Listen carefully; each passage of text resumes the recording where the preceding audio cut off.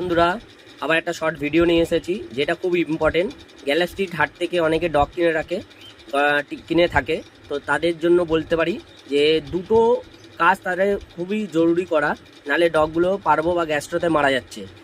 অনেক কেসই এসছে আমার কাছে, তো সেই জন্য আমি আপনাদের বলছি। একটা হচ্ছে খাবার, এটা দেখে নিন, mini starter, royal Canin mini starter, এইটা খাওয়ানোর চেষ্টা করবেন।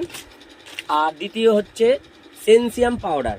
সেনসিয়াম পাউডার পেট শপেই পাবেন, আর ফুডটাও পেট শপেই পাবেন। ট্রাই করবেন ওখান থেকেই নেওয়ার।